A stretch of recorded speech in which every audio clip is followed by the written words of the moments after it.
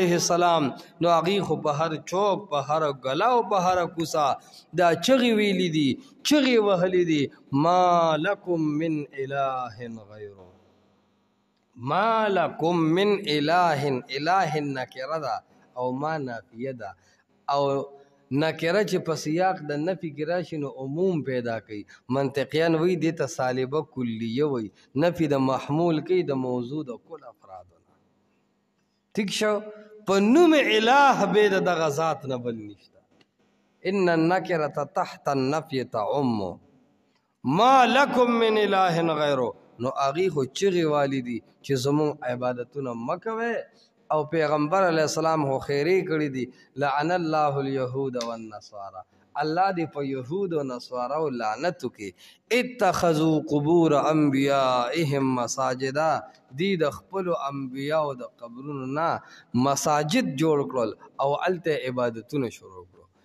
یو تبلیغي امیر صاحب پیغمبر علیہ السلام په ژوند کې چرته خیری نه دي کړی ما ورته امیر صاحب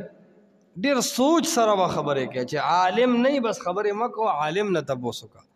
پیغمبر علیہ السلام خیرې په مختلفو موقعو کړي دي خو خصوصي خیرې پیغمبر علیہ السلام مشرک قوم ته کړي دي او د مشرک قوم عالمانو ته کړي دي او وی فرمایل لعن الله اليهود والنصارى الله دې په يهود او نصارا لعنت وکړي څوک چې د عزیر علیہ السلام یا د عیسی علیہ السلام عبادت کوي الله دې په دې عالمانو په دې عوامو لعنت وکړي وجد لعنت صدا اتخذوا قبور انبیائهم مساجدا دی د خپلو نیکانو اولیاء کرامو او د انبیاءو د قبرونو نه جماعتونه جوړ کړل جماعت کې خلک سجده کوي نو دی په درگاه کې سجده کوي جماعت کې خلق الله ته ټیټیږي نو دی درگاه کې نبی او ولی ته ټیټیږي جماعت کې خلق الله تعالی مدد شوی نو په درگاه کې دی د پیر او د فقیر او د ولی او د نبی درگاه کې هغه نبی تعالی مدد شوی نو لعن الله څوک چې د نبی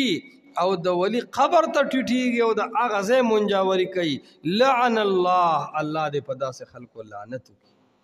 اور دا دلیل دی د خبرې چې هغې صرف بوتان نه را مدد شه کول صرف بوتانې هغې ته را مدد شه نه ویل ځکه پیغمبر علیہ السلام فرمایي اتخذوا قبور انبیائهم اصنام انبیائهم ویلې دي بوتانو قبور انبیائهم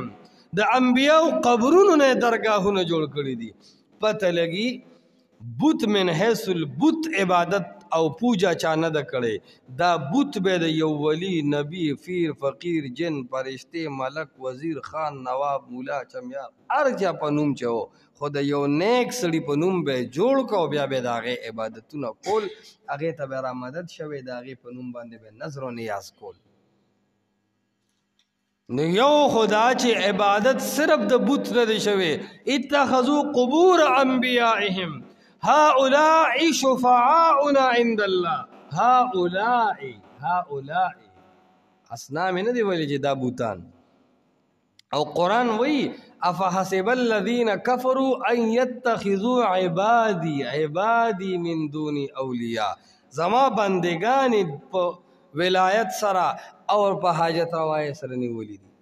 اور الله فرمایي والذین تدعون من دون الله عباد امثالکم عباد بندگان دي ستاسو په شان نو کته بوتي خو بیا بدام بوتان را مدد شو اګه ته بوت نه نو الله وی عباد امثالکم ستاسو په شان بندگانو نو یو هو پیغمبر علیہ السلام خیره مشرک قوم ته کړی دي دویم دا چې مشرکانو با څوک را مدد کول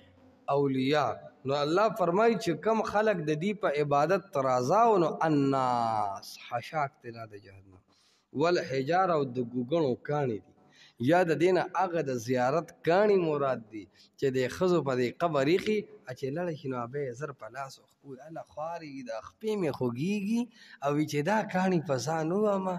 بس ټیک ټاک شم ودا خولي پیرو بزرګو کا د خولي پیر او د خولي مجسمه او د غټ کټ سړی د قبر پکانو کې شفای خو حضرت ګل بیا کانی پکار دغه خه ماشاءالله کنه وزاده بسطه فی العلم والجسم. نو بیا خو بل د په قبر پکانو کوم شي فای بیا خو مونږ سره پیر شتا خلکو سر به پیر بابای خو مونږ سره پیر کاکا شتا خو پته لګی چې په دې قانو کې شفا